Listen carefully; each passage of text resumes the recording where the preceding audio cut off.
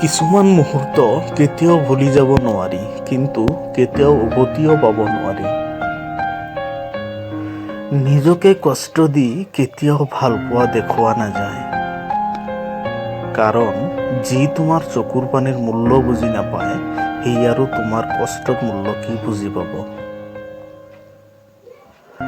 ভাল পোৱাটো কি আচৰিত হয়নে?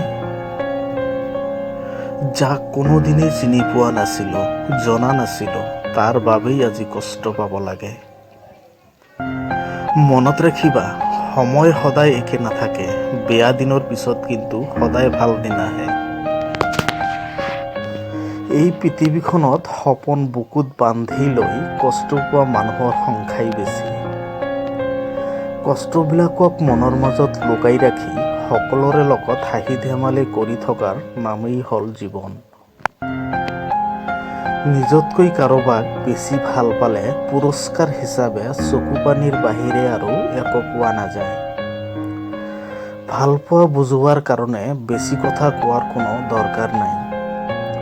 যি বুজি পায় সি চকু দেখিলেই বুজি পাব, আৰু যি বুজি নাপায় তাৰ কাৰণে জীৱন দিলেও বুজি নাপাব। মন কেতিয়াও নাভাঙে, যিটো ভাঙে সেইটো হ'ল বিশ্বাস। তুমি সিমানেই ঘূৰাই পাবা যিমান তুমি বেলেগক দিছা। সেইটো ভাল পোৱাই হওক নাইবা কষ্টই।